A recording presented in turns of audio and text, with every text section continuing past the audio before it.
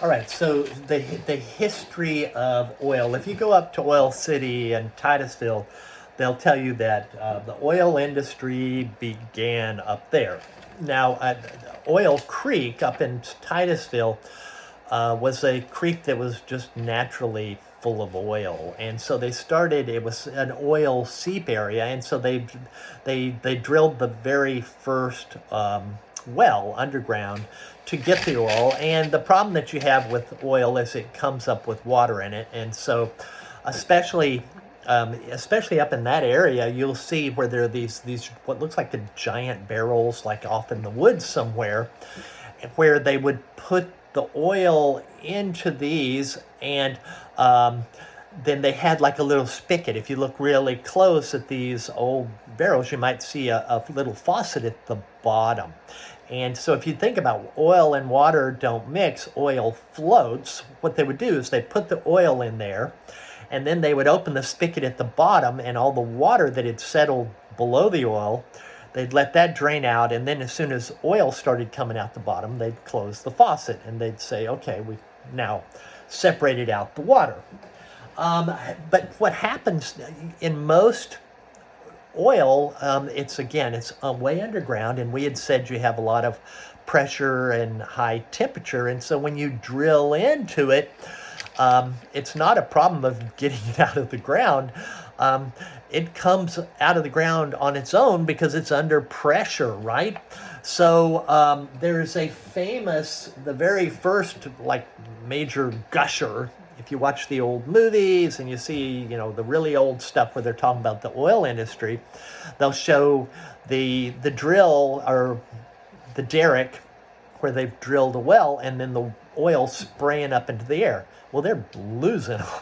That's a lot of oil that they're losing, and it ends up there was a real famous gusher, as they call them, called the Lucas Spindletop gusher in Texas, and it spewed out the top for 8 days, and they lost 850,000 barrels of oil.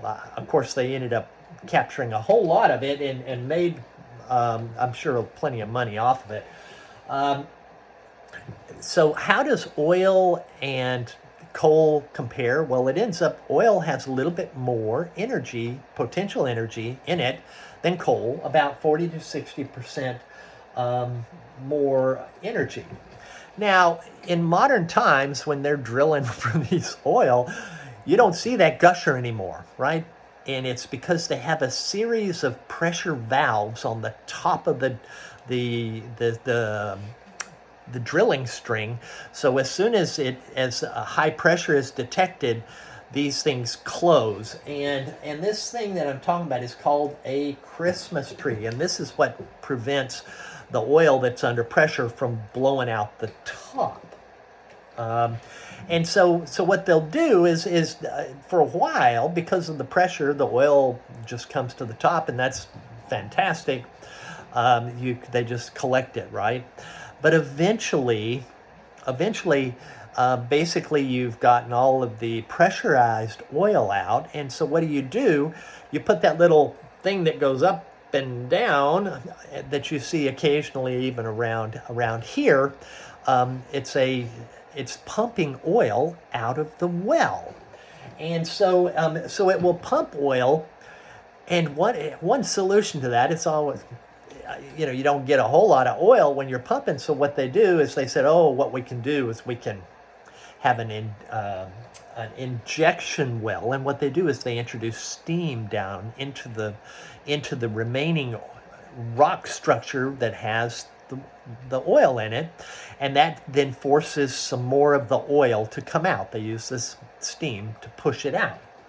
Now, of course, the really controversial thing that's going on now with the Marcellus shale, the gas, is what they'll do is they try to fracture the rock way down there where the oil or gas supply is, and that's called fracking, and that's where you break apart the rock down there so you can get even more of the oil out.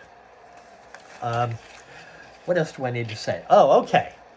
So you've got oil. You've got crude oil. Well, you can't put that in your car, right?